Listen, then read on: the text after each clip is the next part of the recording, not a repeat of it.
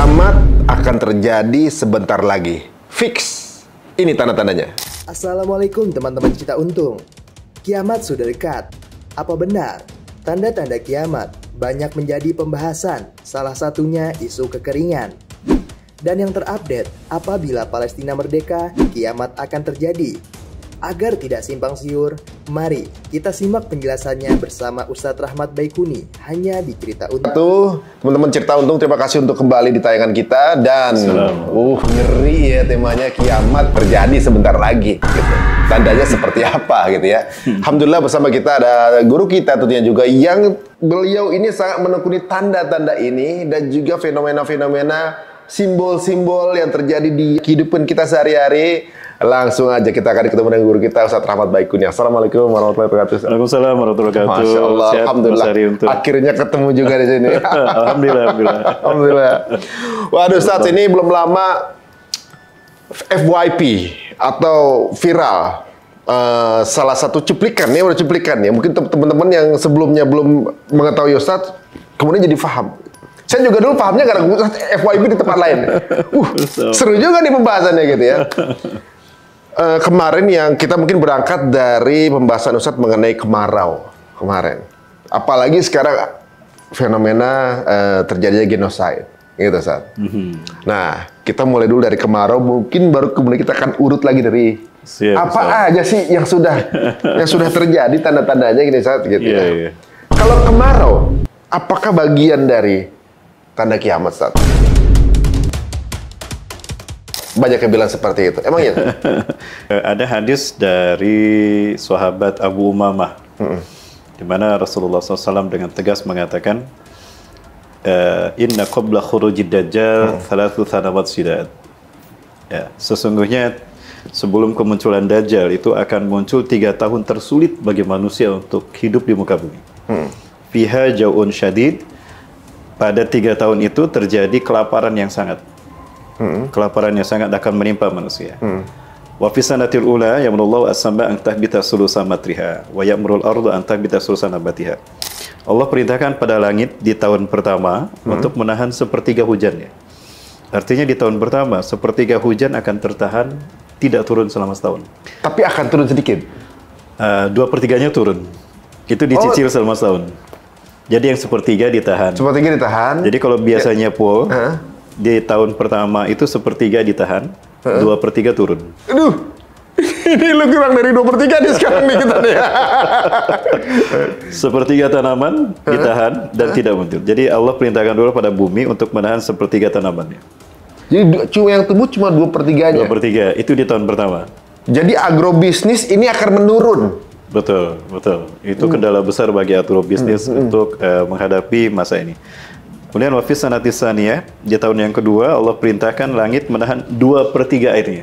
Justru kebalikannya sekarang, 2/3. Akan berkurang terus sampai tidak sama sekali. Akan ada tidak sama sekali ada. Tahun ketiga, tahun kedua 2/3 air, kata Allah, tahan jangan diturunkan. Maka 2/3 air tidak turun selama setahun, yang turun hanya sepertiga saja.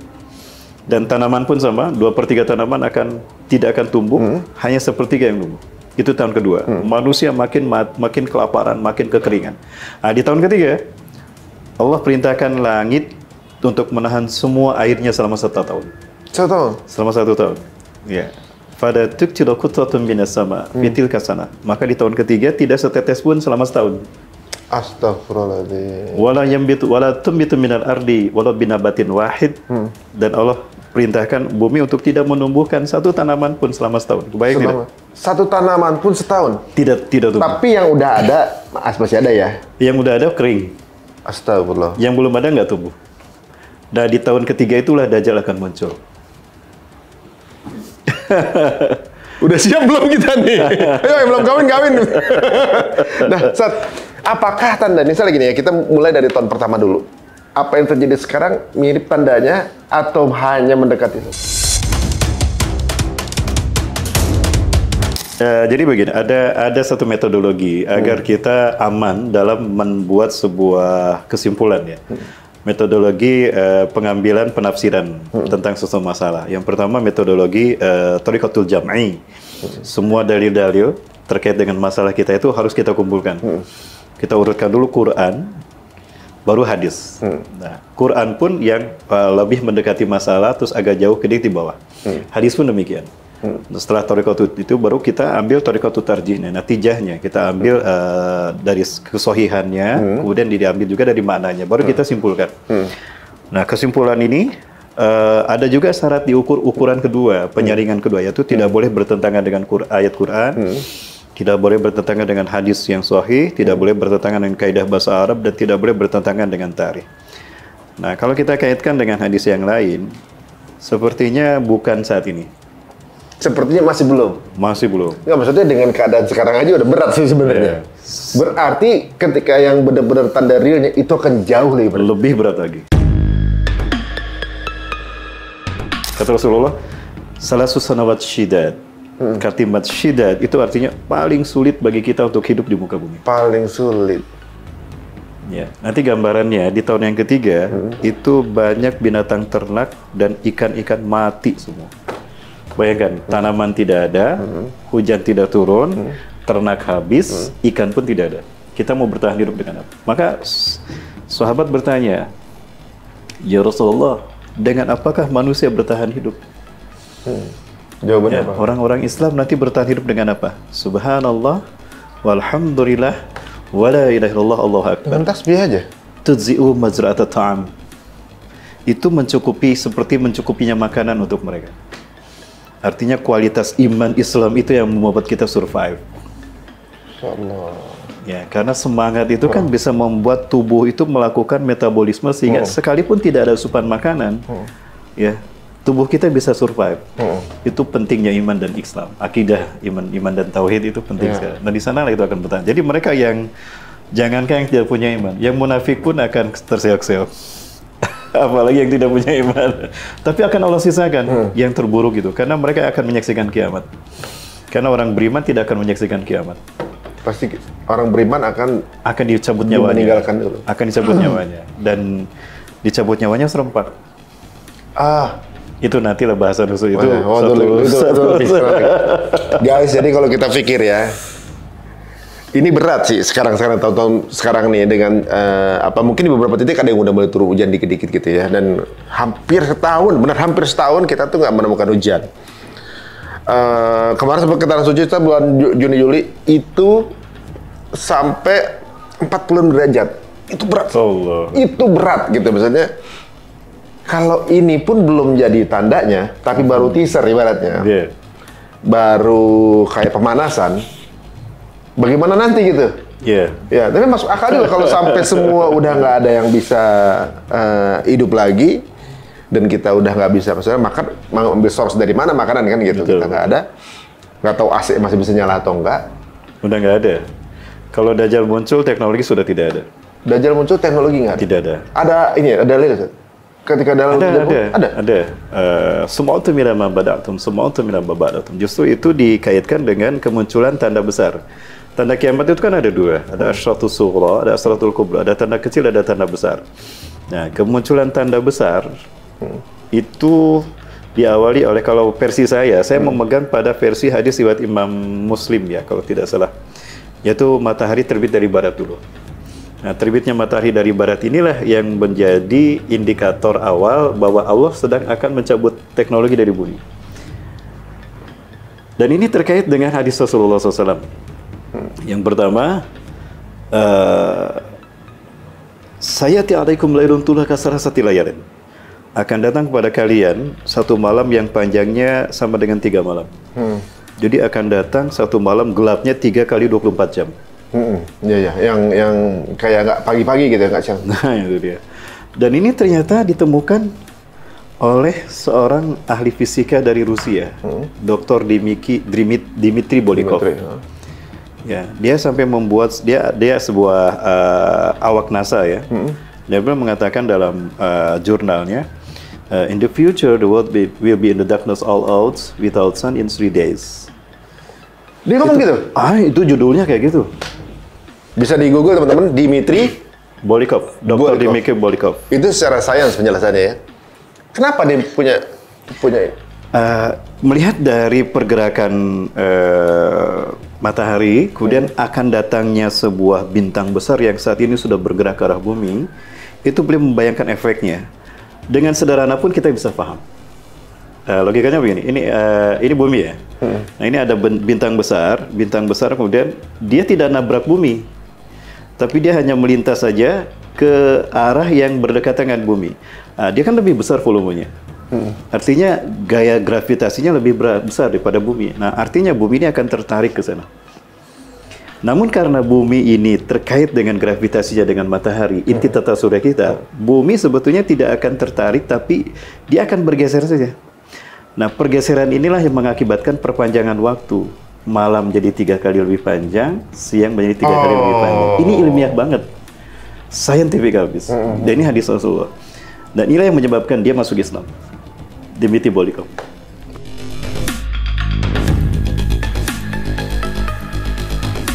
Dulu kan pernah Sat ya, kalau nggak salah ya dulu Sat, ada Nabi Yosua bin Nun. Yosua bin Nun. Nabi Yosua bin Nun. Bagi agama Nasri Yosua, Nabi Yosua. Nabi Yosua bin Nun yang kemudian dia mampu menahan matahari. Betul, betul.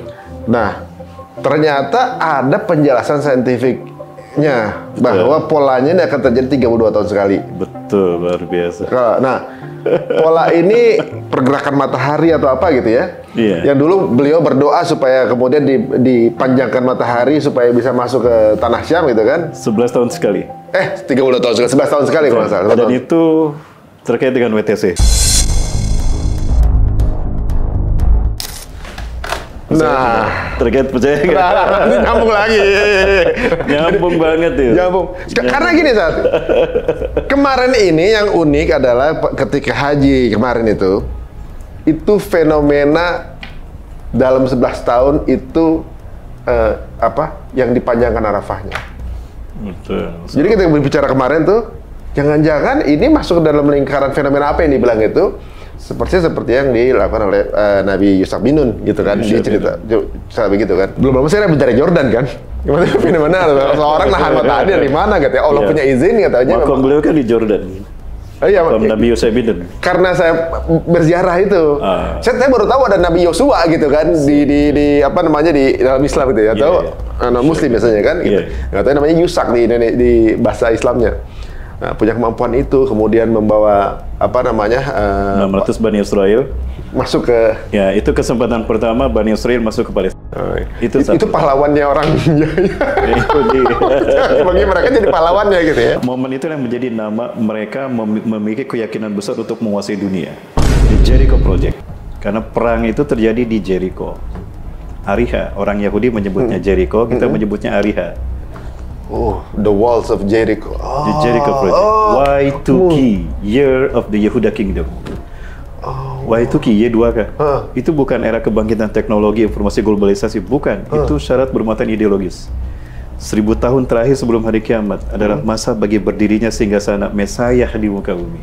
Oh, jadi ternyata masuknya warga Bani Israel bersama Nabi Yusak itu yang namanya Jericho Project itu? Iya kan, benteng Jabariyah yang mereka hadapi, yang mereka lawan itu di Jericho. Kita menyebutnya Ariha, mereka menyebutnya Jericho. Nah, jadi Nabi Musa AS itu meninggal bersama Nabi Harun sebelum mereka masuk ke Al-Aqsa. Nah, satu sunatullah bahwa setiap kali seorang Nabi wafat dari Bani Israel, buru-buru langsung tidak ada masa vakum, diutus Nabi berikutnya. Begitu Nabi Musa AS wafat, 2 tahun setelah Nabi Harun, maka Allah mengutus Nabi Yusha bin Nun. Nah, Yusha bin Nun AS ini adalah pemuda yang mendampingi Nabi Musa ketika mencari Nabi Khidir. Nabi Khidir dalam surat Al-Kahfi. Itulah pemuda itu yang bernama Nabi Yusha bin Nun. Walaupun nggak disebut namanya di situ ya? Tidak disebutkan, Fatah saja. Itu pemudanya? Pemudanya. Nah, beliaulah yang kemudian melanjutkan kepemimpinan Bani Israel.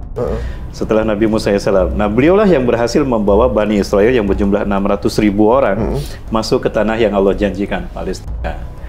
Tapi itu sudah tidak berlaku lagi karena hukuman sudah memutuskan mereka atas hak Palestina. Namun tetap tugas itu harus dilakukan. Nah, peristiwanya perang pun terjadi. Saat itu perang sangat alot luar biasa. Sementara hari sudah memasuki hari Jumat dan Jumat pun akan segera berakhir. Matahari sudah memasuki waktu asar kan waktu itu dan akan tenggelam. Sementara hari Sabtu hari suci mereka. tidak boleh ada perang. Ya. Nah, Nabi Yusha bin Nun alaihissalam ini bingung, ini gimana, ini perang belum selesai, besok hari Sabtu, masa perang diliburkan dulu? Berhenti dulu, perang jalan dulu, diajut ya, besok hari suci kami, nggak mungkin. Nah, maka Nabi Yusha bin Nun mengadu kepada Allah. Ya Allah, nggak mungkin perang ini kami lanjutkan sementara waktu sudah makan habis. Maka izinkan aku untuk menahan mataharimu agar tidak. Berikan aku perpanjangan waktu. Silakan, kata Allah. Maka Nabi Yusha bin Nun berkata kepada matahari, Ya Syamsa, ya Syamsu innaki abdullah, wa nahnu ibadullah. Hei matahari, engkau ini hamba Allah, kami juga hamba Allah.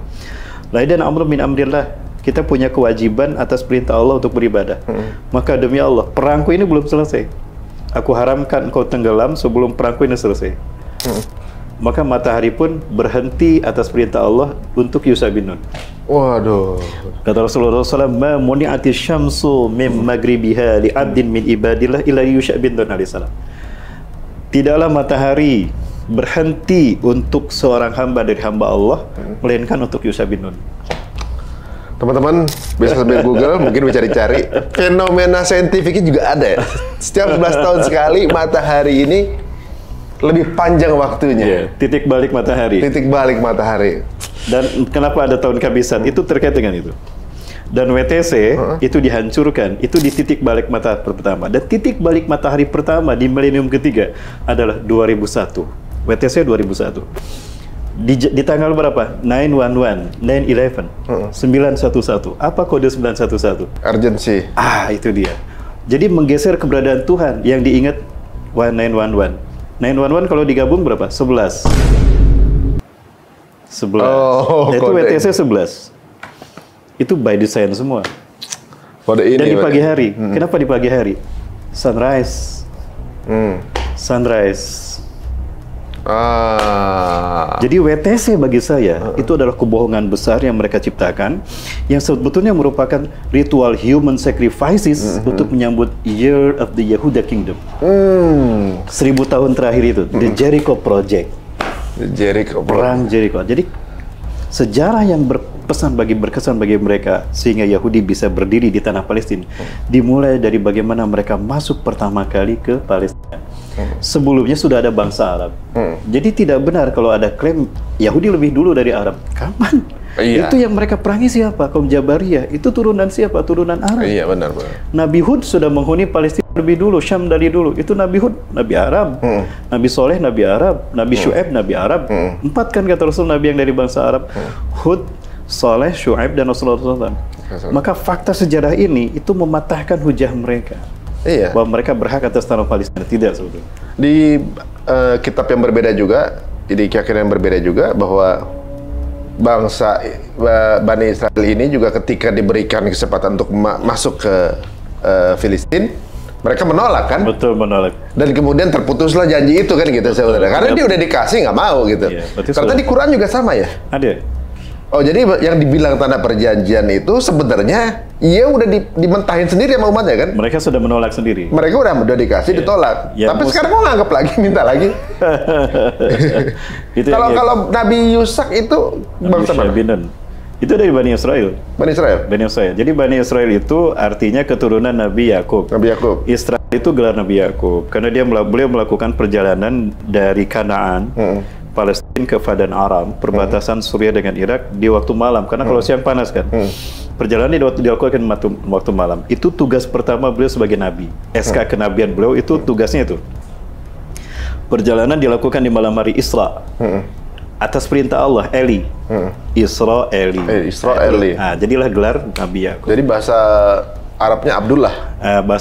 Bukan, itu Isra. Ada yang mengatakan Isra itu hamba. Eli Allah. Itu dalam tafsir Ibnu Katsir dari Ikrimah ya, mengatakan bahwa Israel itu artinya Abdullah. Bisa jadi seperti itu juga. Tapi itu berdasarkan kaidah bahasa dan sejarah. Jadi Israel itu perjalanan di malam hari karena Allah, itu yang dilakukan Nabi Yakub sehingga beliau diberi gelar Israel. Beberapa arti berarti dengan satu. Dan itu disaksikan juga oleh Yahudi. Ya, ketika Rasulullah hijrah ke Madinah, ada orang-orang Yahudi yang menyambut di Madinah. Kan di Madinah ada 3 kabilah Yahudi, Quraisyah, Bani Nadir, dan Qainuqa. Nah, mereka datang menyambut Rasulullah. Ya, Rasulullah SAW. Lalu mereka mengatakan, wahai Abul Qasim, jawablah 4 pertanyaan kami. Ya. Ajib su'alana an arba'ati hilal. Jawablah 4 pertanyaan kami. Nah, sebelum Rasulullah menjawab, Rasulullah mengambil sumpah dulu kepada Bani Israil. Hal ta'lamuna li anni Ya'qub Israel? Apakah kau bersaksi bahwa Ya'qub itu Israel? Bala, syahidna. Betul, kami bersaksi. Allahumma fashhad. Ya Allah, saksikan. Jadi mereka juga sudah paham kalau Israel itu adalah gelar Nabi Ya'qub. Nah, tapi keturunannya disebut Bani Israil. Ya'qub itu adalah ayah dari Nabi Yusuf ya? Ayah dari Nabi Yusuf dari istri yang kedua. Istri yang kedua. Karena Nabi Ya'qub istrinya 4. Yang pertama Ya'la. Ya, sebetulnya Ya'la bukan cinta pertama Nabi Ya'qub. Cinta pertama Nabi Ya'qub itu Rahel. Ibunya Nabi Yusuf. Ibunya Nabi Yusuf. Tapi karena Rahel punya kakak Ya'la atau Lahikoh belum nikah, jadi kakaknya dulu ditikah. Mas kawinnya 8 tahun menggelbahkan kambing, baru nikah dengan Rahel. Nah, dari Ya'la melahirkan 6 anak laki-laki. Ada Robin, ada pada Zabulon, ada ya Lewi, ada Yasakir, Samuel, Yehuda, ada Lewi, ada Zabulon yang paling bungsu. 6 kan? Dari Rahel 2, Nabi Yusuf dan Benyamin. Nah, Nabi Yusuf itu nabi pertama dari Bani Israil. Dari Balha itu 2, Dan Naftali.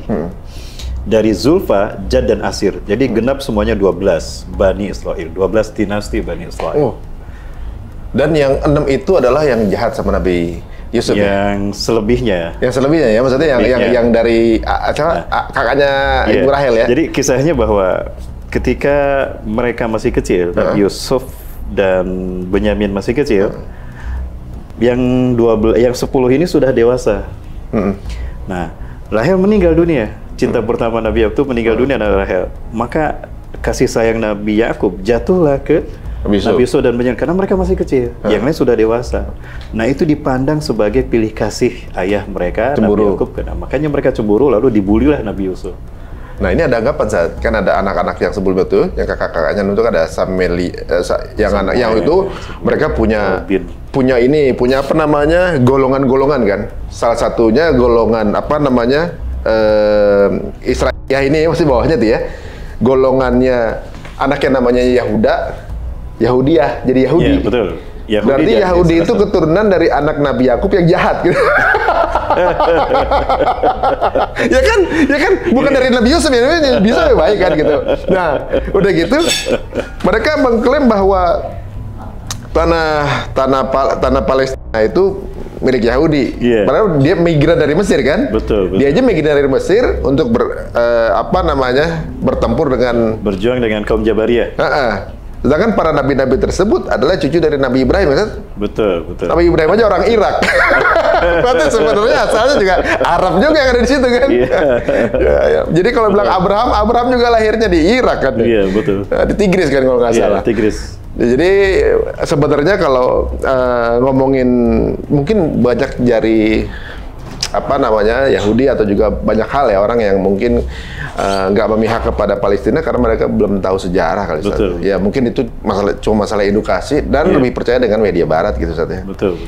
Nah sekarang pola-pola yang kemudian ini seperti pengulangan Sat ya. Ini dari ngomongin kemarau sekarang sampai ngomongin Palestina, bayangin gitu ya.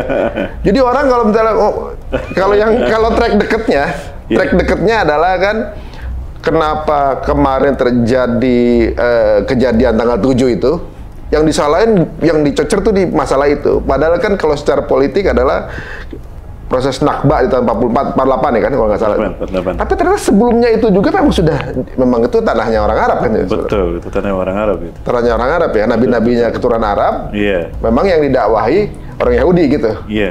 Jadi yang bandel orang Yahudi, yang disuruh ngajarin orang Arab sebenarnya gitu ya. Iya. Ini ada yang menarik nih. Dalam hadis riwayat Imam Ahmad dari sahabat Abu Dzar Al-Ghifari, ternyata Nabi itu berjumlah 124.000 orang. Cuma hadisnya diperselisihkan ke kesohihannya. Tapi ini wacana aja bagi kita. Nah, dari 124.000 orang Nabi, hanya 12 yang bukan Bani Israil. Hanya 12? 12, berarti dibayangkan ya, dapat kita bayangkan berapa persen? Hampir semua Nabi Bani Israil. Dan berarti kaum yang bunuhin Nabi juga orang Bani Israil. Iya. Dan hanya 4 nabi dari bangsa Arab. Dari 12 nabi yang bukan Bani Israil, hanya 4 yang dari bangsa Arab.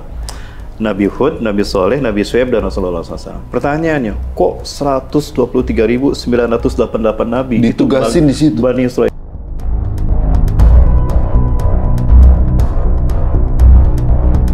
Logikanya begini, ada 2 kelas nih. Yang satu, anak-anaknya tanda petik bader, sehingga tidak cukup dengan 1 guru. Tambahin lagi. Harus banyak guru helper. Harus banyak guru helper. Karena susah, jangankan untuk mendengarkan materi, untuk duduk aja susah. Berarti butuh banyak guru kan. Sementara Arab cukup sedikit saja. Karena dengan 1 guru pun mereka sudah taat. Maksudnya itu, karena saking bengalnya mereka, tidak cukup dengan 1 nabi. Harus banyak itu nabi. Sebanyak itu, sekarang masih bandel lagi. Masih bandel juga. Terus, mereka adalah kaum yang tidak mau bersyukur. Kalau kita banding-bandingkan, sebelum mereka berhadapan dengan kaum Jabariyah, peristiwa yang terjadi adalah peristiwa besar. Tenggelamnya Fir'aun dengan 1.600.000 pasukan. Fir'aun lebih hebat dari Jabariyah, tapi tumbang di hadapan mereka. Tanpa mereka sentuh kan. Jabariyah apalagi? Tapi kalau mereka lupa, inilah tanda bahwa mereka tidak pandai bersyukur. Sampai hari ini, mereka lupa sebelumnya Fir'aun Allah tenggelamkan, mereka selamat. Di hadapan mereka, Jabariyah tidak ada artinya dibandingkan kekuatan Fir'aun dan bala tentaranya. Tapi kok mereka takut Jabariyah? Iya. Ya ini rasa syukur mereka hilang dari sana sampai hari ini. Banyak pola yang mirip, Ustaz ya. Fir'aun dulu memenuhi anak-anak. Betul. Anak-anak dibunuhi karena takut besarnya akan menurunkan tahtanya dia kan. Betul. Sekarang juga lagi dibunuhin anak-anak nih. Mereka balas dendamnya pada umat Islam. Dibunuhin sekarang. Anak-anak. Padahal dia kan dulu anak-anak Bani Israil di zaman Firaun, anak-anak kecilnya di Holocaust. Iya. Ya kan? Sekarang dibales lagi ngebales sekarang. Dia di depan dunia aja gitu, keluarga dia merasa di Holocaust, sekarang kadang ngebales lagi gitu. Tapi Holocaust juga menurut saya, mohon maaf, ada cerita menarik tentang Holocaust juga. Apa nih, Sat? Aduh. Jadi ini ada cerita yang luar biasa. Jadi dan cerita ini tidak diangkat, sayang, dan ini di ban habis-habisan. Kenapa tuh? Jadi Holocaust itu sebetulnya Hitler, dengan awal mulanya begini, orang-orang Yahudi di Jerman saat itu, Bavaria, itu seperti, mohon maaf, orang-orang negara tirai bambu di tanah air gitu ya. Mereka menguasai ekonomi, kaya raya, sementara pribumi di bawah mereka. Pada saat itu ada kebiasaan di Jerman, orang-orang Yahudi ini kalau punya makanan, itu tidak mereka habiskan. Ketika mereka makan di mobil, itu mereka lempar ke tong sampah. Jadi mobil mereka memberi tong sampah dilempar. Nah, maka orang-orang pribumi Jerman yang miskin, mereka lari berebut makanan itu. Karena sudah yakin itu hanya sedikit dimakan oleh Yahudinya. Sisanya banyak. Nah, mereka yang miskin berebut itu. Ketika Perang Dunia ke-1, ya, Hitler mengatakan, aku tidak bisa memberikan jaminan makanan pada kalian. Tapi perang ini sudah kita cut dulu. Aku berikan waktu pada kalian sampai besok pagi. Silakan manfaatkan waktu itu untuk kalian mengisi perut kalian. Nah, qadarullah, ceritanya Hitler berjalan di tengah kota Jerman itu.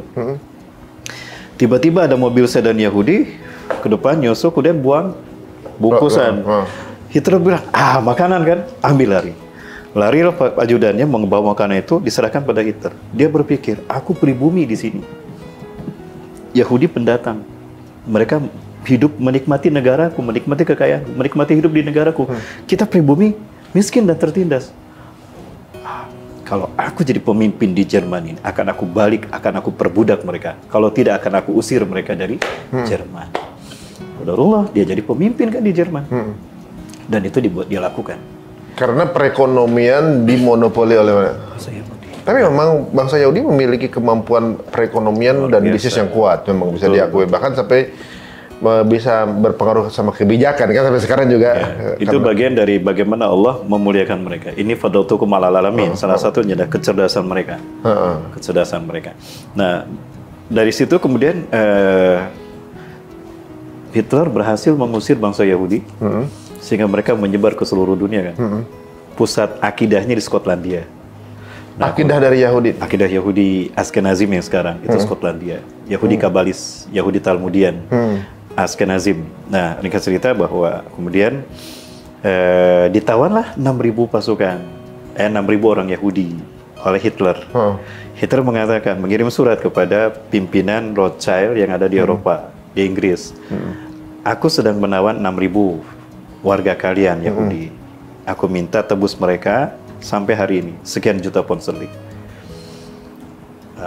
Maka dikirimlah utusan dari Rothschild ini untuk melihat 6.000 ini. Ternyata yang 6.000 ini itu anak-anak, perempuan, ibu-ibu, kakek-kakek. Sementara Yahudi membutuhkan saat itu pemuda-pemuda untuk mendirikan negara Yahudi. Kami silakan, tidak butuh mereka. Bantai aja gitu? Benar nih, kata Hitler. Aku nggak main-main loh. Kalau nggak ditebus, aku bantai mereka sampai hari itu. Tidak ditebus, aku bantai. Silakan saja. Kami tidak butuh mereka. Nah kan, tapi pinternya mereka, mereka memasang kamera. Jadi iya. Mereka memasang kamera, sehingga ketika mereka dibantai, kameranya ada. Selesai Perang Dunia, mereka punya data pembantaian. Tuh jahatnya untuk dunia kepada kami Yahudi.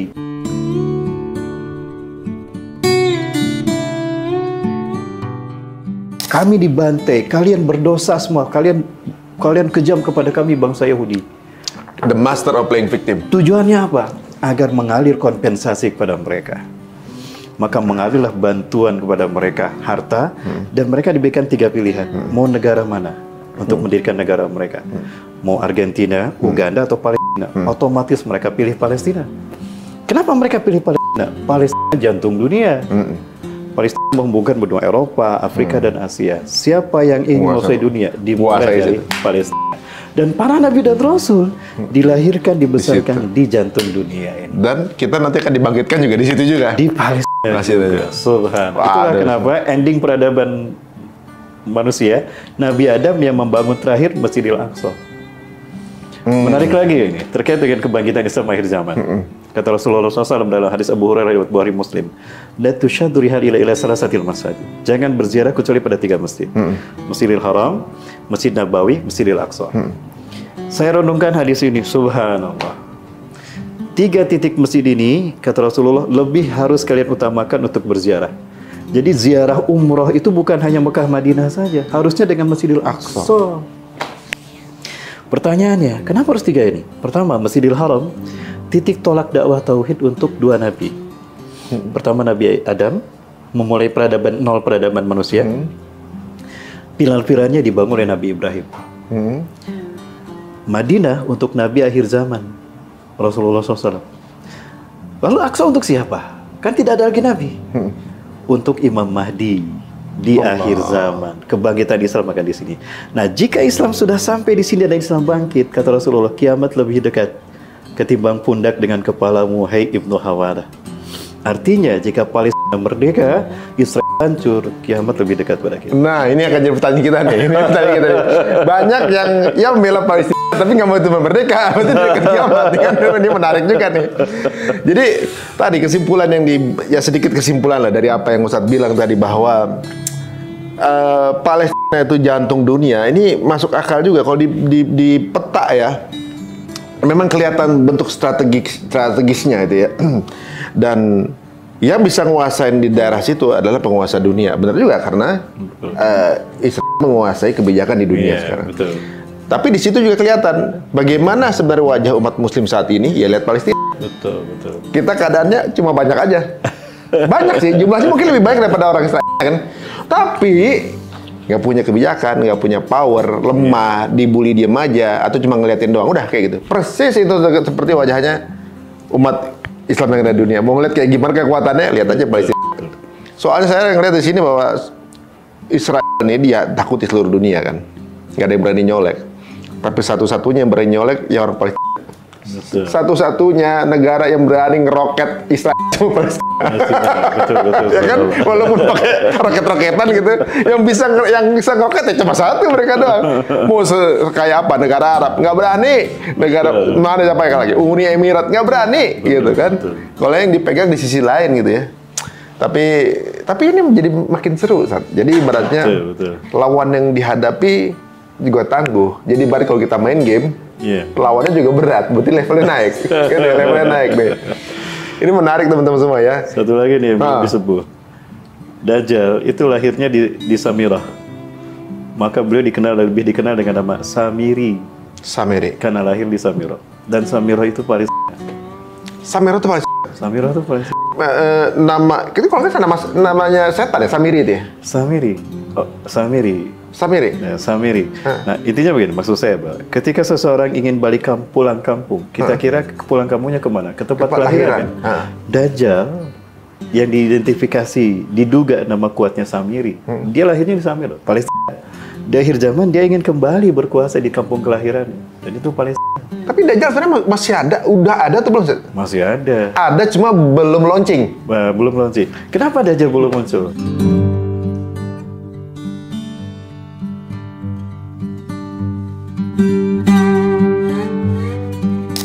Ini percakapan antara Rabi Yahudi dengan Benyamin Netanyahu. Ini sudah lama ini. Kamu melakukan banyak kebijakan yang bagus, banyak kemajuan kamu lakukan, kata Rabi Yahudi, pimpinan Rabi Yahudi Askenazi. Tapi satu yang belum terjadi, Mesayah belum juga datang. Maka lakukan percepatan agar Mesayah segera datang. Logikanya, Mesayah adalah Tuhan yang ketika dia datang, Yahudi menguasai dunia. Itulah wujud dari the New World Order yang mereka yakini di Jericho Project itu. Pertanyaannya, bagaimana Mesayah akan datang? Istananya belum ada. Itulah mereka melakukan percepatan, mau bikin istana di situ. Istana, Haikal Salaman Temple. Salaman Temple, yang dipercaya di kolongnya. Di kolong Masjidil Aqsa. Dan itu yang membuat Hamas marah. Kenapa? Dunia diam saja, terutama Arab. Kenapa? Ini Al-Aqsa sudah mereka hancurkan. 300 terowongan di bawah Masjidil Aqsa. Jadi logika mereka begini, ini keyakinan mereka. There is not mean for the world without Yerusalem. Tidak ada artinya dunia tanpa Yerusalem. Dan tidak ada artinya Yerusalem tanpa Haikal Salaman. Nah sekarang Yerusalem sudah hampir mereka kuasai. Permasalahannya, ini Al-Aqsa nggak hancur-hancur gitu. Mereka melakukan percepatan apa? Mereka lubangi tiang-tiangnya, sudut-sudutnya. Lalu mereka masukkan cairan termit untuk membuat tiang-tiang dan dinding itu keropos. Sehingga dalam waktu tertentu ambruk. Secara bersamaan, buru-buru mereka dirikan Haikal Salaman. Jadi kenapa Mesayah belum datang? Istananya belum ada. Masa Mesayah datang, istana belum ada? Harus nongkrong di warung kopi. Dia lagi dia lagi percepatan. Jadi inti peperangan segala macam karena untuk mempersembahkan itu ya. Itu dia. Dengan kacamata politik seolah-olah. Betul. Nah itu cover story semua. Main grand design-nya itu. Jadi semiotisnya adalah teman-teman si Samiri ini alias Dajjal pengen kembali ke daerahnya. Betul. Makanya yang dukung adalah Uncle Sam. Uncle Sam, Paman Sam yaitu Amerika ya berarti kan? Itu apa yang pertama kali mengucapkan, tahu nggak? Ajazil. Dia diturunkan dari surga ke dunia. Ya. Ketika itu Samiri berkeliling dunia sampai di segitiga Bermuda.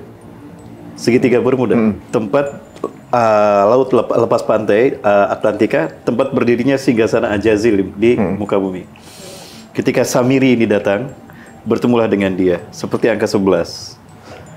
Dia mengatakan, hari ini adalah hari yang aku tunggu-tunggu sejak aku diturunkan dari surga ke dunia. Di mana aku dipertemukan dengan saudara kembarku. Panggillah dia oleh kalian sebagai Paman Sam. Masuk dia. Amerika. Jadi bukan tanpa sebab ada Uncle Sam itu. Tidak tanpa sebab. Itu memang by design. Al-Quran dan Sunnah sudah jelas menggambarkannya step by step peradaban manusia. Itulah benang kusut yang nyambung dengan tragedi WTC. Saya pikir Samiri itu asalnya dari Mesir kan, bahasanya kan Samarian kan? Samira ya. Samira. Gitu. Samiri dari kayak gini. Syekh Nawawi Al-Bantani di Banten. Gitu. Ya, Imam Ghazali dari Al-Ghazal. Ghazali itu sebetulnya nama peminta, tapi daerah itu daerah pemintal, maka dinamakan daerah Ghazali. Ya, Imam Bukhari dari Bukhara. Itu kaunnya kepada tempat kelahiran. Gitu. Soalnya kebetulan kan bahasa kunonya Mesir kan pakai bahasa Samarian. Ada hubungan itu? Ada, karena dulu memang orang-orang Samir, Semitis ini mereka kan diperbudak sejak Nabi Yusuf itu kan mereka ke Mesir. Kembali lagi ketika Nabi Musa. Ke Mesir. Jadi sebetulnya sebelum era Firaun mereka sudah ada zaman Nabi Yusuf. Maka ada istilah Al-Malik, di Mesir ada istilah Firaun. Sebelum Raja Seti Firaun pertama, itu adalah bukan Firaun gelarnya, Al-Malik. Di zaman Nabi Yusuf, Al-Malik seperti nama-nama. Al-Malik, nama kerajaan, maksudnya Malik raja. Nah, barulah setelah munculnya Seti, kalau tidak Seti pertama, dialah Firaun pertama. Faro. Nah, Firaun itu rumah besar artinya. Fara, rumah, Aun, besar. Faraun, rumah besar, dinisbatkan jadi gelar raja-raja sesudah yang ini habis. Oh, Al-Malik itu. Ya, Al-Malik. Nah, Semiri inilah bahasa Semitis ini yang dulu pernah di Mesir. Ya, kemudian dibalik oleh mereka karena menguasai perekonomian juga di Mesir kan. Dibalik ketika Firaun muncul, diperbudak menjadi tukang batu. Tukang batu bahasanya mason. Oh, nyambung. Ya, Itu nama istilahnya. Tukang mason, Mason. Ketika Firaun tenggelam, mereka merdeka kan. Mereka tidak akan pernah melupakan sejarah mereka diperbudak oleh Firaun sebagai mason. Piramida itu kan batu. Yang ngebangun mereka? Si Diperbudak. tukang batu. Mason people ini berarti? Mason people. Dulu dipaksa untuk didedikasikan untuk Firaun. Berikutnya mereka akan balik. Sekarang kita yang berkuasa untuk Tuhan kita. The God who created Messiah. Jadilah mereka tukang batu yang merdeka. Free Masonry. Men, nyambung semua ya. Sekali lagi, mau dari arah mana ujung-ujungnya Palestina. Ujung-ujungnya Palestina. Itulah kenapa Nabi Adam berakhir masjid yang kedua Al-Aqsa. Kenapa tidak dibalik? Harus Al-Aqsa duluan. Aqsa itu artinya paling jauh. Dialah ujung peradaban manusia. Di ujung akan di situ. Sebetulnya masalahnya ada clue ini. Yahudi ingin menguasai dunia, dia mulai dari Palestina. Walaupun belum semua Palestina mereka kuasai, baru 11. Tinggal satu Gaza yang belum kuasai, tapi mereka sudah nyaris menguasai dunia. Maka untuk mengatasi masalah dunia, sekarang kita balik. Bebaskan dulu Palestina, selesai masalah dunia. Dimulai dari jantung dunia itu. Dan logikanya Yahudi paham itu. Maka dibikinlah negara-negara Arab dipecah belah. Yang tidak masuk di akal saya, ini Palestina. Di sekeliling Palestina itu ada 300 juta lebih bangsa Arab. Ini Palestina. Sekeliling Palestina ada 300 juta bangsa Arab, lebih 300 juta. Dan di Palestina ada 6 juta Yahudi. Kan tidak masuk di akal 300 juta kalah sama 6 juta.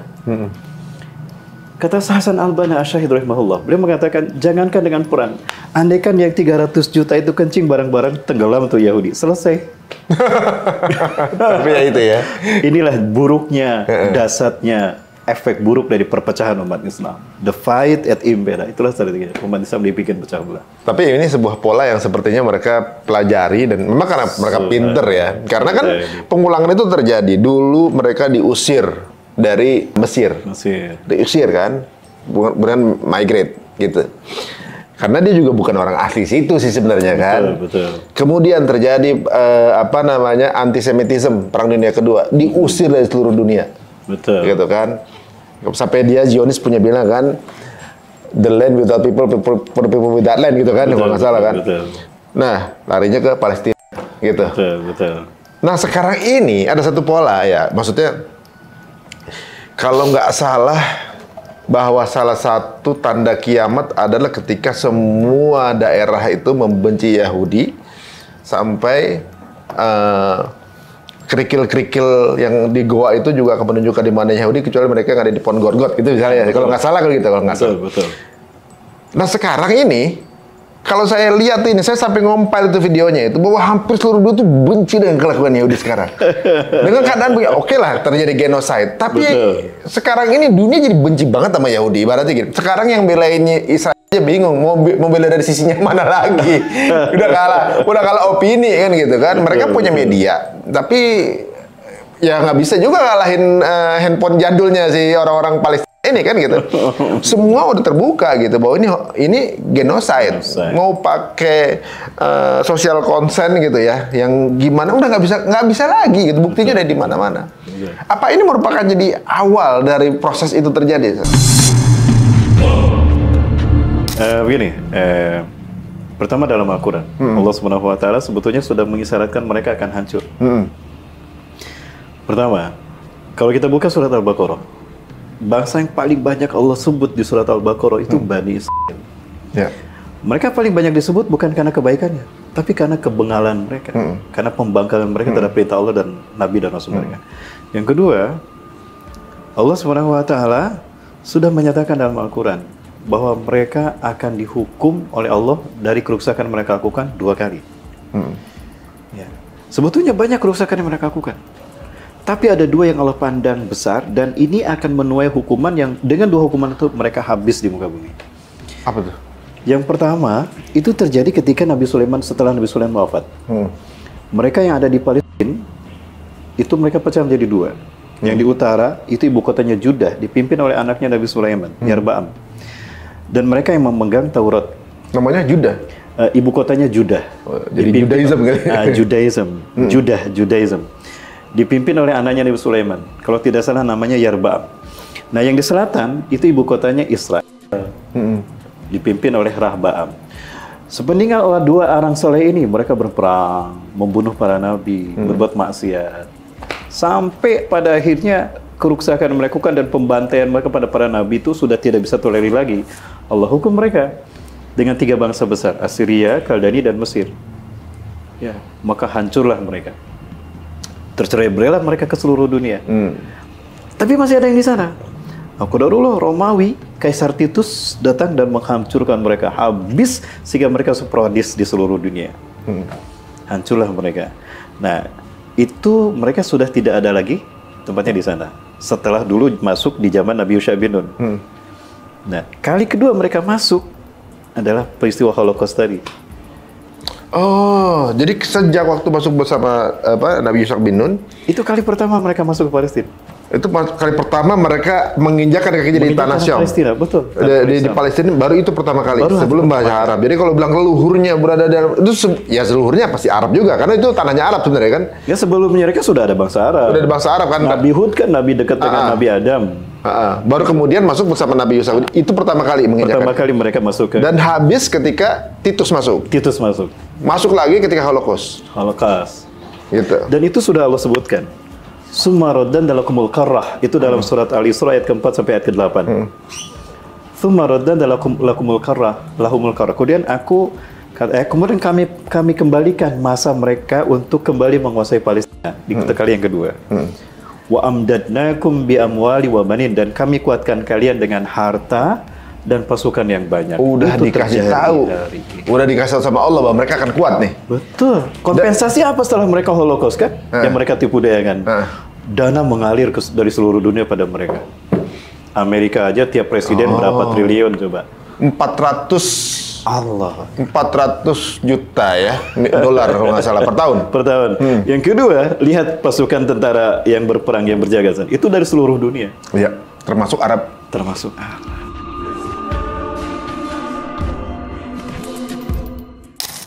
Jadi sebenarnya kekuatan Israel sudah memang Allah bilang dalam Quran, memang sudah terprediksi. Jadi Allah ngasih kesempatan mereka nguasain Palestina 2 kali. Dan ini kerusakan yang kedua. Ini kedua. Jadi setelah ini terakhir. Ini terakhir. Mereka akan dihabiskan. Allah katakan dalam Al-Quran, la tajidanna, a'udzubillahi minasyaitonir rajim, la tajidanna asyaddan nasi adawatan lil ladzina amanu al-yahuda wal ladzina aslamu. Sungguh engkau Muhammad akan mendapati sebesar-besarnya permusuhan bangsa kepada orang beriman, yang sangat benci pada orang beriman adalah orang Yahudi dan orang-orang musyrik. Orang Yahudi dan orang-orang musyrik, maksudnya orang-orang yang mereka pro kepada Yahudi dan pro pada keyakinan mereka. Sama, ghairil maghdubi alaihim waladdallin. Itu dia. Bukan mereka yang ingkar dan mereka yang ini kerusakan yang kedua. Itulah kenapa Rasulullah mengatakan tidak akan terjadi hari kiamat. La taqumu sa'atu hatta yuqatilal muslimun al-yahuda. Tidak akan terjadi hari kiamat sehingga orang-orang Islam memerangi orang Yahudi. Ya, walau yahtabiu min syajar wa hajar, walaupun mereka bersembunyi di balik batu dan pohon. Batu dan pohon berkata, "Ya muslim, ya mu'min, ta'al." Kemari di belakangku ada orang Yahudi, bunuh dia. Bunuh dia. Ya, kecuali Gorkot. Akan terjadi ini nih. Itu akan terjadi dan pohon Gorkotnya sudah ada. Coba kita lihat. Orang Yahudi nanam pohon Gorkot ya? Udah tahu berarti nih? Mereka lebih yakin daripada umat Islam. Mereka sendiri baca Quran berarti? Sejak kecil, mereka baca Quran. Tujuannya untuk apa? Untuk melindungi ambisi mereka. Minimal memperlama gitu ya. Nah kalau mereka tahu baca Quran, tahu kan mereka akan musnah marah surga, udah tahu. Cuma lebih memilih kalau ketika masa itu lebih panjang lagi tuh mungkin ya. Betul. Kenapa? Karena mereka yakin Elohim, Mesaya akan mau nolong mereka. Sebenarnya gini, Mesaya yang dimaksud bagi mereka itu Dajjal. Bagi kita, Dajjal. Mesayahnya yang dipercaya Yahudi adalah Dajjalnya kita. Betul. Dan itu Ketemulah di sini, akan kan? turun di Bukit Zion. Itulah kenapa dikatakan gerakan Zionisme. Zionisme Bukit Zion. Ada gerakan di mana Tuhan yang mereka tunggu-tunggu akan turun di Bukit Zion. Makanya sinagoga agung mereka di Bukit Zion. Oh, I see. Nah, ini uniknya kenapa yang ortodok nggak sependapat dengan Zion? Kan banyak yang ortodok nih, yang tua-tua. Nggak sependapatnya di mananya mereka? Mereka nggak sependapat bahwa Mesayahnya itu Dajjal. Iya. Seperti mohon maaf, di dalam setiap agama itu ada antitesis, ada keyakinan yang menjadi antitesis. Ya, di dalam agama Kristen sendiri kan ada Katolik, ya, ada Bizantium, ada Vatikan sebagai penyimpangan. Di Islam ada Syiah, ada Sunni. Itu dia, seperti itu. Nah, selalu ada antitesis sebagai ujian. Nah, mereka yang murni sebetulnya itu mereka anti Zionis dan mereka benci kepada pembantaian pada kaum muslimin. Di Yahudi itu ada banyak klan, di Palestina maksudnya. Nah, ada dua yang terbesar, Sephardim dan Ashkenazim. Sephardim ini mereka yang mengklaim memegang Taurat dan mereka anti Zionis. Bahkan ketika sekarang ini, ketika mereka membantai, mereka senang ketika Hamas menyerang Israel. Senang, bahkan mereka berharap Hamas ini menang. Padahal itu orang Yahudi. Kenapa? Karena mereka mengatakan Yahudi itu tidak seperti itu. Nah, Yahudi Zionis ini adalah kaki tangan iblis dan Dajjal ini. Men, ini kayaknya bakal berjilid-jilid nih kita ngobrol nih ya. Seru banget nih. Oh, sebentar. Sebelum berlanjut ya. Berarti semua hal yang terjadi bagi mereka udah by design. By design, termasuk bagaimana mengkomunikasikannya. Betul. Karena gini, waktu zaman World Trade Center ataupun teknologi HARP gitu misalnya yang terjadi, zombie lah atau segala macam gitu, bagaimana mereka mempublikasikan tren-tren tersebut gitu. Itu saya pernah lihat ada kartu namanya Illuminati Card gitu ya. Illuminati Card Game. Yang udah ada beberapa puluh tahun sebelum kejadian tersebut gitu kan. Tahun 95 itu. Tahun 95 kan? Iya, betul. Jadi beberapa tahun sebelum kejadian kayak World Trade Center udah ada, gambarnya aja udah ada. Bahkan cover albumnya Def Leppard, Blink-182 gitu ya. Betul. Itu udah menggambarkan penabrakan pesawat itu tuh sebelum kejadian tersebut gitu. Pentagon kebakar gitu, gempa besar di beberapa negara gitu. Kemudian masuk pandemi. Iya, pandemi juga udah ada di situ. Apalagi ya saya lihat ya, zombie gitu ya, yang orang udah kayak zombie gitu. Itu udah mereka polakan, tinggal nunggu waktunya. Seolah-olah itu kayak mungkin kalau perusahaan itu habis raker ada business plan. Udah ada timeline-nya nih. Besok bikin program ini segala macam gitu. Dan di program tersebut mereka udah memplot siapa korbannya, siapa yang difitnah. Betul. Sudah ada di situ, tapi nggak bisa dijadikan dasar hukum. Betul. Gitu. Dan dengan kartu itu kemudian beredar, jadi seolah mereka kayak lagi ngetawain, lu nggak bisa ngapain kan, ini kita yang bikin gitu. Tapi nggak ada dasar hukum untuk nuntut kita, untuk gitu kan gitu. Ini ya unik sih. Jadi tapi menarik juga untuk kemudian kita coba kupas, walaupun semuanya dalam bentuk semiotis, ya kan gitu. Maksudnya cuma simbol-simbol segala macam. Kalau World Trade Center, tadi kan Ustaz udah bilang tuh, ada kode ini gitu ya. Betul. Dan di fakta lainnya adalah ketika terjadi 3.000 warga Yahudi yang kerja di situ diliburin gitu kan. gitu kan. Diliburin, kita bisa libur di saat itu gitu kan. Betul. Nah, apa hubungannya antara World Trade Center kemudian dengan Palestina? The Jericho Project itu adalah sebuah keyakinan bangsa Yahudi Kabalis bahwa tahun Masehi ini hanya akan berlangsung selama 3.000 tahun. Nah, artinya bahwa ketika diangkat 3.000 inilah maka itu akan kiamat versi mereka. Nah, 3.000 itu mereka bagi menjadi 3 milenium. Artinya 1 milenium 1.000 tahun. Dalam keyakinan mereka, ini keyakinan mereka, bahwa 1.000 tahun terakhir sebelum hari kiamat adalah masa bagi berdirinya singgasana Tuhan mereka di muka bumi, dan itulah saat di mana mereka to take over the world, mengambil alih dunia. Udah ngerasain surga dulu lah. Gitu. Nah, itu dia. Itu versi mereka. Habis itu taubat gitu. Nah, berarti dimulai di tahun 2000. Oh, operasinya itu karena milenium terakhir. Milenium terakhir. Jadi artinya tahun 2000 itu harusnya semua planning mereka sudah terwujud.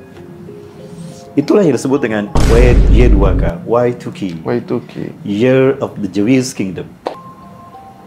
Y2K itu singkatannya. Tapi kepada dunia dikatakan Y2K kebangkitan teknologi, era informasi dan globalisasi. Ya. Iya, dulu kan milenium juga gitu, bahwa semua terriset dari nol, mulai dari sini. Mungkin itu secara bisnis plan ini kita start dari sini perangnya. Itulah hebatnya mereka. Jadi mereka mengedepankan cover story dan covernya sehingga planningnya sesungguhnya grand design mereka tidak tersium. Itu cover story sebetulnya. Kebangkitan. Padahal itu syarat bermuatan ideologis. Nah makanya sebelum tahun 2000 itu mereka step by stepnya harus mereka lakukan. Apa itu? One government in the world. Satu pemerintahan tunggal dunia. Artinya mereka yang memimpin dunia. Nah yang kedua artinya negara-negara yang ada di seluruh dunia itu cuma nurut. Shadow government mereka. Harus sejalan dengan agenda mereka. Tidak sejalan hancur. Termasuk PBB sekalipun. PBB itu adalah instrumen politik mereka. Iya, polisinya. Seolah-olah jadi kebijakannya konstitusional gitu. Seolah-olah itu konstitusional. Itu legalitas saja. Tidak sejalan hancur. Lihat Libya. Muammar Gaddafi. Saddam Hussein juga. Saddam Hussein. Muhammad Mursi.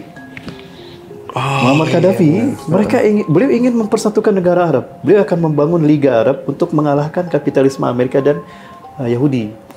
Akan dibuat kekuatan pertahanan militer, kekuatan ekonomi. Artinya bahkan beliau akan mencanangkan kembali pada dinar dirham. Artinya kapitalisme akan hancur kan? Maka ditumbangkanlah Libya. Sekarang Libya dipimpin oleh siapa? Boneka mereka hancur Libya. Bencana terjadi di mana-mana. Muhammad Mursi ingin membuat Mesir ini bersyariah, syariah hidup di sana. Ya, dan ini ancaman menurut bagi mereka untuk kepentingan mereka tidak akan sampai di sana, maka ditumbangkan Muhammad Mursi. Saddam Hussein pun sama. Akidahnya kuat dan beliau memiliki liang hebat dengan para pejuang di dunia yang ditakuti Amerika. Sebut saja Al-Qaeda, Taliban. Nah, maka difitnahlah dengan WTC bahwa Saddam Hussein membantu Al-Qaeda dan Taliban. Dan itu semua kebohongan, hoax. Ditumbangkan. Dan bahasanya mereka itu teroris gitu ya? Itu teroris. Seperti sama seperti yang terjadi dengan Hamas gitu ya? Sama dengan Hamas ini. Nah, jadi kalau menurut para Ustadz, Hamas ini bagaimana posisinya? Jadi ada Hamas nggak ada Hamas atau nggak ada Hamas, Yahudi sebenarnya udah siap-siap gitu. Betul. Mereka bahkan senang kalau Hamas melawan. Malah senang kalau Hamas melawan, jadi ada bahan. Ada bahan untuk mereka melakukan seolah-olah mereka balas dendam. Jadi legal. Ini menarik, Ustaz. Kenapa pengulangannya begitu? Jadi gini, yang tadi saya dengar cerita dari Ustaz bahwa ada 6.000 tawanan dari Jerman yang kemudian ingin menjadi alat barter kepada Rothschild, itu ya. Kemudian gara-gara itu adalah anak-anak dan ibu-ibu, bantai aja gitu kan. Yahudi merasa tertantang. Nih gue bantai depan muka lo seolah gitu kan, nih nunjukin gue beneran gitu. Tapi itu jadi alat sebagai alat publikasi. Mereka udah nyiapin medianya gitu untuk mendapatkan opini kan gitu kan. Dibantai lah gitu. Jadi bagi mereka mengorbankan rakyatnya sendiri demi untuk mendapatkan glory itu nggak apa-apa. Nggak ada masalah. Maaf ya Mas Gila itu. Jadi ibaratnya bilangnya collateral damage kan biasanya gitu. Collateral damage untuk dapat satu greater good dibilang kan gitu. Betul. Nah, kejadian kemarin adalah bagaimana para tawanan Hamas itu justru 50 orang itu yang bunuh mereka sendiri. Mereka sendiri. Bagi mereka nggak apa-apa lah itu bagian dari collateral damage. Betul. Untuk kemudian nanti dibahasakan sebagai bisa kemudian difitnah sebagai itunya kan gitu, sebagai buatannya Hamas juga gitu kan. Dan pola yang sama juga mereka pakai ketika mereka menjajah Palestina sejak Nakba tersebut. Setiap ada perlawanan, mereka siapkan dokumentasi. Jadi waktu zamannya media ini belum secanggih sekarang, bagaimana semua orang bisa akses, media kan terkontrol sentralisasi. Bagaimana komunikasi yang sampai ke masyarakat sudah terfilter sesuai dengan keinginan si pemilik media. Nah, jadi setiap ada perlawanan dari rakyat Palestina, itu selalu ada kameranya. Tapi pembantaian mereka nggak pernah ada. Betul. Jadi itulah materi-materi yang dipakai untuk menjadikan Islam ini jadi Islamofobia, bahwa Islam ini adalah agama kekerasan, gitu, agama yang ekstrim, bom bunuh diri segala macam gitu. Kan orang siapa yang mau beraninya ngelakuin bom bunuh diri ini tuh kayak gini nih orang Islam kan gitu. Jadi ibaratnya jadi alat untuk mendiskreditkan orang Islam. Itu pola itu kan sekarang mulai nggak terkontrol, Ustaz. Karena sekarang media begitu mudah diakses, kan mereka sendiri yang buat medianya sebenarnya kan, sosial media segala macam. Sekarang lagi menggigit balik karena dengan adanya mudah akses ini, orang jadi tahu sesungguhnya. Betul. Ini di luar rencana sepertinya saat ya. Betul. Nah, kalau seperti ini, plan-plan mereka bisa nggak terjadi dong, memperlama proses mereka untuk mendapatkan Solomon Temple ini, atau juga Gaza habis, Palestina jadi milik mereka dong. Iya. Gitu. Apakah mereka ini udah diprediksi juga dalam Quran?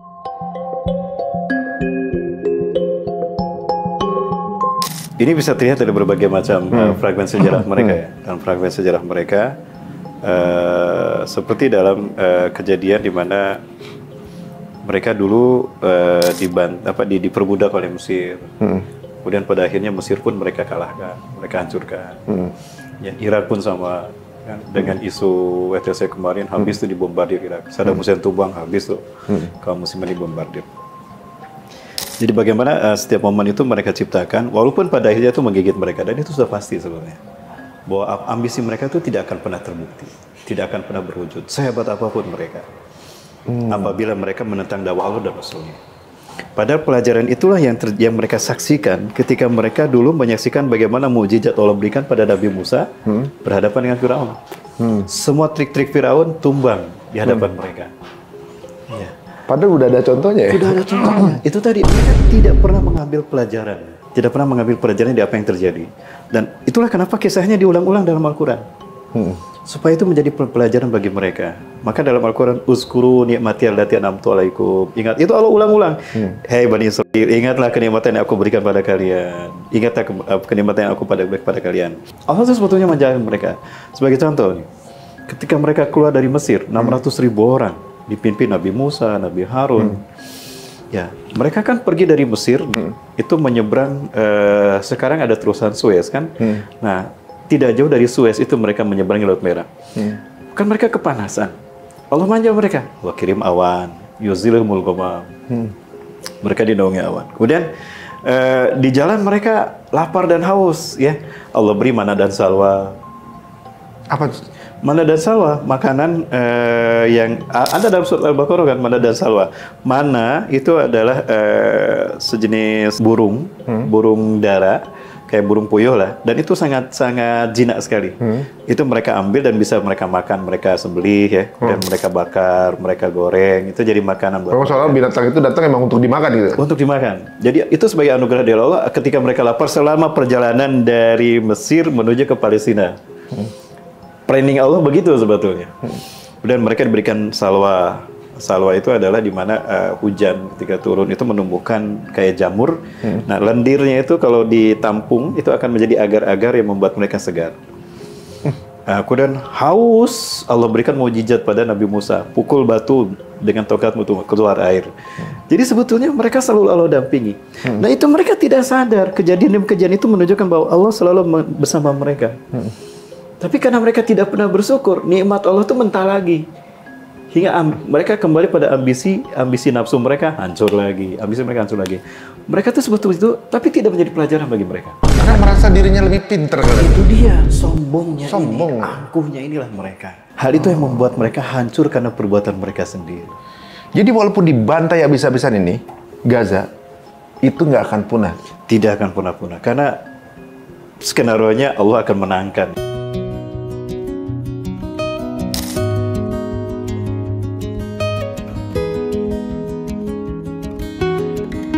Sekarang pertanyaan terakhir, Ustaz. Sebelum nanti kita akan mungkin membahas sesuatu yang insya Allah ini makin menarik ya. Insya Allah, insya Allah.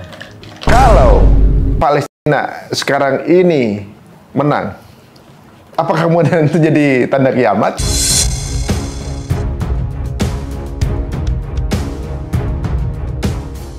Atau banyak juga sekarang ini banyak yang kemudian nggak mendukung Palestina karena takut kiamat gitu. Karena takut kiamat.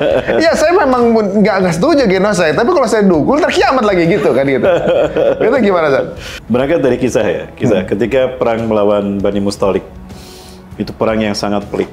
Padahal musuh ini, Bani Mustalik itu tidak begitu kuat lah dibandingkan dengan musuh-musuh sebelumnya. Perang Badar saja 1 berbanding 3 menang, apalagi ini kan. Tapi kok susah mereka, walaupun pada akhirnya menang, tapi harus mengerahkan banyak energi dan waktu banyak untuk mengalahkan Bani Mustalik. efek dari peperangan ini walaupun mereka menang, Rasul dan para sahabat menang, itu lelahnya luar biasa. Nah kata Rasulullah SAW, hey Abdullah ibnu Hawalah al-Azdi, ya Abdullah ta'an, ya tahawal hadal makan, kelilingi tempat ini, ya wabhas anil ghanaim, carilah ghanimah, apakah kambing, unta, sapi, bawa sini kita makan sama-sama. Kita bakar ikan, bakar daging sama-sama. Keliling berjam-jam tidak dapat. Kembali dengan wajah lelah dan tangan kosong. Maka Rasulullah menghibur. Menepuk pundak Ibnu Hawalah, Abdullah bin Hawalah al-Azdi. Ya Ibnu Hawalah, hei Ibnu Hawalah, jika kamu menyaksikan panji hitam la ilaha illallah Muhammad Rasulullah berkibar di bumi Al-Aqsa atau di pelatarannya, kiamat lebih dekat kepada kalian ketimbang pundak dengan kepala kalian. Sekarang bendera pasukan-pasukan Islam apa? Panji hitam itu. Dan isu Gaza ini membuat semua kekuatan ini berkumpul di sana. Kalau itu terjadi, kiamat lebih dekat kepada kita ketimbang pundak dengan kepala kita. Nah, itu sesuatu yang tidak bisa kita tolak. iya. Karena itu takdir, dan itulah arti fananya dunia. Ini imtihanul iman, ujian buat kita. Ujian buat kita. Dengan kita atau tanpa kita itu pasti terjadi. Pasti terjadi. Iya. Betul. Dan Allah polanya yang punya Allah semua. Allah Subhanahu wa taala. Oh, jadi memang kita harus menerima takdir itu, bahwa memang dunia ini sementara. Iya, benar-benar. Dan kematian itu pasti. Iya, Dan iya. jangan ditakuti sebetulnya kiamat. Kenapa jangan ditakuti? Karena ditakuti ataupun tidak kan pasti terjadi. Ini pelajaran penting dari kisah Bani Israil juga nih. Di zaman Nabi Daniel. Ada Nabi Daniel itu? Ada. Aduh, saya baru tahu sekarang. Nabi Daniel itu. Nabi Daniel ini makamnya ada di Mesir. Berdampingan dengan makam Nabi Luqmanul Hakim. Luqmanul Hakim itu Nabi itu? Nabi, saya yakin beliau Nabi. Oh. Nabi yang di luar 25 Nabi dan Rasul. Kan Nabi ada 124.000 orang. Ada Dan namanya pun ada di Quran. Namanya pun ada di Quran. Yang menarik Pantas nanti ya jadi satu nabi. nabi ada yang menarik tuh. Nabi Zulkifli. Itu bukan nama asli, itu kaunya. Aslinya? Zu artinya yang punya. Kifal itu candi. Zulkifli yang punya candi. Kira-kira dari mana? Oh. Apakah kemudian ada hubungannya dengan Candi Borobudur. Nanti kita bahas. Aduh, mengutik lagi yang lain. Kemudian nah Nabi Daniel ini terkenal apapun yang beliau minta Allah kabulkan. Nah Bani Israil ini takut dengan kematian. Siapapun saya kira takut dengan kematian, termasuk kita kan, termasuk saya. Nah makanya mereka berpikir kemudian, Nabi kita kan kalau minta pasti Allah kabulkan. Oh benar juga, terus apa maksudnya? Kalian takut mati nggak? Ya takut mati. Bagaimana kita bisa ibadah dengan khusyuk kalau bayang-bayang kematian terus membayangi kita? Nah, kita nggak akan khusyuk ibadah. Mintalah mereka pada Nabi Daniel agar Allah mencabut kematian itu dari kita. Mau hidup selamanya gitu. Nah, kata Nabi Daniel, gila ya kalian. Apa kalian tidak beriman pada takdir Allah? Kami beriman. Tapi bagaimana kami bisa khusyuk beribadah kalau kami selalu ditakuti oleh kematian, bayang-bayang kematian? Akhirnya qadarullah dikabulkan Allah. Nabi Daniel berdoa agar kematian dicabut dari mereka, dikabulkan Allah. Senangnya bukan main ketika mereka tahu bahwa Allah mengabulkan doanya. Bayangan mereka hidup tanpa kematian enak, nyaman, bebas, merdeka. Tapi ternyata apa yang terjadi? Justru masalah makin tumbuh. Lebih susah hidup, lebih hancur hidup tanpa kematian. Contoh, orang sakit parah, nggak mati-mati. Kebayangkan seumur hidup dia sakit. Kemudian di rumah yang tadinya ada 4 orang, mungkin masalah sedikit. Makin lama makin ramai masalah, makin numpuk. Di situ pada akhirnya mereka paham, hidup tanpa kematian. Akhirnya minta mati. Akhirnya mereka balik bertobat pada Allah dan mereka minta agar kematian itu dikembalikan pada mereka. Mungkin mintanya kurang komplit ya. Minta dalam keadaan nggak mati-mati tapi sehat terus kan gitu.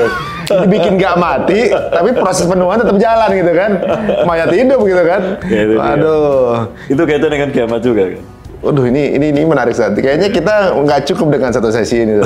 Banyak yang perlu kita kulik. Dan teman-teman ini kebuka ya beberapa hal bahwa kita memang sih kalau ngelihat Instagram nih atau sosial media yang lain kita kayaknya perih banget gitu ya. Kejadian di sana tuh ya kita kena reportnya bagaimana saudara kita yang di apa namanya? yang dibantai, genocide seperti itu gitu ya. Itu kasih saya kalau sebetulnya. Bagaimana? Itu tanda cinta Allah pada Palestina. Masuk di akal nggak? Nah, Jadi nyambung lagi nih. Itu apa? Rasulullah bersabda, ummati hadi ummatun marhumatun. Umatku ini adalah umat yang Allah rahmati. Laisa laha iqabun fil akhirah. Umatku tidak akan disiksa di akhirat.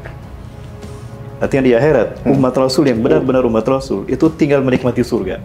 Makanya nanti umat Rasulullah tidak lama di padang mahsyar. Orang lain 50.000 tahun digiring di padang mahsyar, umat Rasulullah hanya sebentar saja. Di yaumul ba'as, yaumul mahsyar, yaumul hisab, yaumul mizan, yaumul jaza, itu hanya sebentar sampai masuk surga.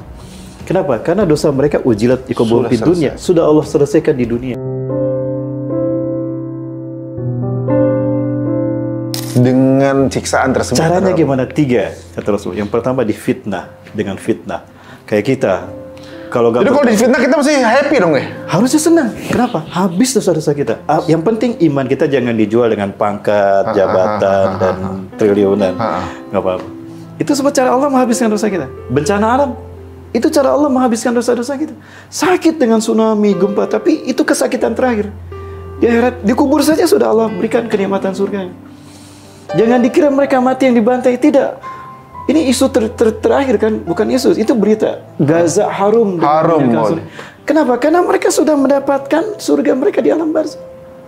Bau kesturi kan para jenazahnya itu ya? Itu yang ketiga kata Rasul. Dengan cara apa? Kita dosa dihabiskan di dunia sehingga di akhirat tinggal menikmati surga. Wabil qatri wabil harut. Dengan dibantai. Memang ada itunya? Itu hadis Rasul sahih. Allahu Akbar.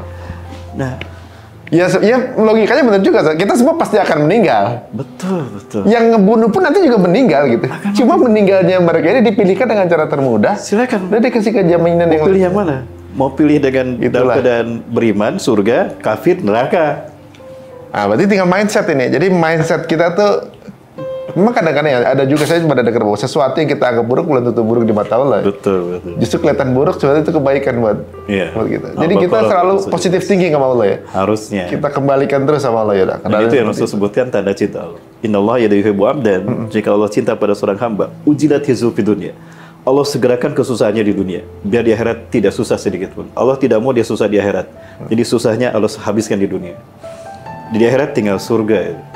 Kelihatannya menyakitkan, perih sakit. Tapi sebentar, coba lihat hakikatnya. Mereka hidup di sisi Allah. Maka Allah ingatkan, wala tahsabanna alladziina qutilu fi sabilillahi amwat bal ahya'un 'inda rabbihim yurzaqun. Jangan kamu kira mereka mati. Mereka hidup di sisi Allah, langsung di bawah arsy Allah tuh. Masya Allah. Kurang apa coba Allah pada kita? Mereka rela menikmati secuil neraka di dunia demi menukar dengan jannah. Itu yang membuat warga Palestina bertahan di Palestina walaupun mereka harus dibantai. Benar. Kita juga sebenarnya agak bingung ya, maksudnya udah digituin aja mereka nggak mau pergi dari situ. Betul. Sedangkan kemarin waktu ada yang tanggal 7 itu eksodus warga Israel keluar karena takutnya gitu kan. Betul. Anak-anak di sana tertanya, nanti kamu gede mau jadi apa? Nggak akan gede, saya nggak sempet gede udah meninggal kok, begitu kan? Yang mereka bilang begitu kan? Betul. Yang sampai mereka tulis namanya di tangan gitu, ketika nanti potongan tubuhnya ketemu menunjuk namanya dia ketahuan siapa. Itu kan benar-benar penanaman akidah yang luar biasa gitu. Dan kalau nggak salah saya dengar tinggal di Palestina aja dengan keadaan beriman itu udah pahala per detik. Betul. Pahala itu mengalir sepanjang mereka bertahan. Gitu katanya. Betul. Selama mereka bertahan di sana. Masya Allah. Mereka siap menjadi tumbal untuk menyambut kebangkitan Islam yang dijanjikan di tanah mereka. Jadi mereka berani menukar kenikmatan dengan sesuatu. Itu berarti iman berarti. Itu tadi kembali pada iman. Astagfirullahaladzim. Teman-teman ya, jadi kita lihat ini sesuai dengan pandangan kita, kelihatannya kayaknya unfortunate tinggal di sana, tapi justru sebaliknya. Ini merubah mindset ya, kita kembalikan semua sama Allah. Alhamdulillah kita bisa mendengarkan ini kajian singkat dari Ustaz Rahmat, ini luar biasa sekali. Dan apa yang disampaikan beliau ini berdasarkan dalil semua Ustaz ya. Jadi untuk teman-teman yang kemudian merasa ini penasaran, kan mulai ini poin di mana ketika penasaran ada satu fenomena kejadian Palestina ini membuka melahirkan banyak mu'alaf. Dengan kejadian Palestina ini banyak orang yang nggak tahu apa yang kejadian Nakba 75 tahun ini apa. Banyak yang cari tahu ini permasalahannya apa. Ini kok begini nih ngapain? Kemudian dapat hidayah. Kemudian baru tahu bahwa Islam itu difitnah sebagai teroris. Tapi faktanya bahwa negara yang terjajah adalah negara Islam. Betul. Dan nggak ada orang Islam menjajah itu nggak ada gitu. Jadi tidak ada istilah Islam penakluk, tidak, tapi Tidak. pembebas. Pembebas dan bertahan gitu. Bertahan. Fatul Mekah, Fatul Qudsi, Fatul bukan penaklukan, tapi pembebas. Benar. Pencetus Perang Dunia I bukan Islam. Mereka juga membantai jutaan orang. Perang Dunia Kedua bukan Islam. Mereka juga. Pembantai manusia terbanyak Hitler, Mao Zedong, siapa lagi tuh? Stalin segala macam. Nggak ada orang Islam. Tapi terorisnya yang dianggap mereka adalah orang Islam. Tapi mereka juga yang dijajah. Ya kan, ini unik kan? Mikir. Padahal Muslim kalau minoritas itu dibantai. Di Uighur, di Rohingya, di Bosnia, di India. Dengan itu keyakinan yang beda-beda tuh. Di Palestina, di mana-mana kalau minoritas Islam dijajah. Tapi minoritas non-Muslim di negara Islam mereka bisa terlindung. Jadi pengusaha. Orang terkaya di Indonesia itu bukan Muslim sebenarnya. Kalau minoritas. Kalau memang mereka tahu di mana posisi dari kelompok perjuangan ini berada, katanya bersembunyi di rumah sakit, di masjid, di mana kemudian pakai human shield sebagai alasan mereka. Masa mereka nggak tahu ketika akan menyerang? Karena ini membuktikan bahwa sebenarnya mereka nggak tahu, cuma menjadikan ini sebagai alasan untuk membordir Gaza itu kan. Jadi yang menariknya adalah logikanya, jika mereka tahu di mana posisi pasukan perjuangan ini berada dan mereka membumi hanguskan itu di mana mereka berada, jikapun pasukan perjuangan ini bersembunyi di Israel, apa mereka akan bantai 3.000 orang warga Israel? Kan gitu. Wah, kemarin ada juga tuh Hamzat, juru bicara dari Palestina, mengatakan, jika memang mereka punya, jadi ada human shield di rumah sakit, di tempat peribadatan, kemudian berhak untuk dibom, jika terjadi di kota kamu, atau di New York lah, atau di mana, kemudian menyandra orang-orang di rumah sakit, mereka nih, misalnya dianggap teroris, apakah kamu akan bom satu kota New York? Nggak masuk logika gitu kan? Betul. Karena walaupun tempat yang tanpa pejuang ini, pembantaian itu terjadi. West Bank masih dibunuhin orang 200 orang per hari. Di Aqsa juga diintimidasi. Jadi alasan ini cuma sesuatu yang dibuat-buat gitu ya. Insya Allah. Ini mohon maaf nih, kita menahan waktu saatnya harus makan ke Bandung teman-teman. Tapi ini menarik, dan menariknya ini di luar dari prediksi saya pembicaraannya. Jadi maksudnya malah membuka hal-hal yang kita pikir sesuatu ini terjadi begitu aja gitu. Nggak taunya ini adalah sebuah big plan atau master plan. Betul. Tapi kita master plan-nya Allah jauh lebih bagus dibanding itu. Insya Allah. Jazakallah khair Ustaz waktunya. Amin wa iyyakum. Allahu barik. Mohon maaf kalau ada treatment atau hal-hal yang masih belum sepadan. Sama-sama insya Allah. Tapi insya Allah kayaknya ini akan kita lanjutkan kembali tuhnya. Kita harus balik menjelaskan. Karena ini juga jihad sebetulnya. Apa Ustaz? Ini juga teaser jihad yang belum kita omongin yang mau dibahas. Yang belum Ustaz ungkap hari ini. Kita berangkat dari komentar para pemirsa aja. Karena dari situ nanti kita buka. Ujungnya pasti ke Tanah Syam. Ujung-ujungnya pasti Palestina. Masya Allah. Karena peradaban kita, episode terakhir dari peradaban manusia, the last episode of human civilization adalah Palestina. Masya Allah teman-teman semuanya, terbuka sini tabir-tabirnya. Jadi kita memandang sesuatu dengan mindset yang lebih lebih terbuka dan tahu bahwa ini semua adalah rencana Allah. Tapi bukan berarti kita berhenti dari perjuangan. Terima kasih sudah menyaksikan. Jika dirasa di beberapa part ini ada yang patut untuk disebarluaskan, monggo silakan diedit, ditaruh lagi di Instagramnya atau di sosial media masing-masing, ya. Tenang, itu ada logonya Cerita Untung kok. Kita tahu kok itu. Terima kasih Ustaz waktunya. Insyaallah mudah-mudahan jadi pelajaran buat antum. Amin. Ya, sampai ketemu lagi teman-teman di episode berikutnya. Assalamualaikum warahmatullahi wabarakatuh.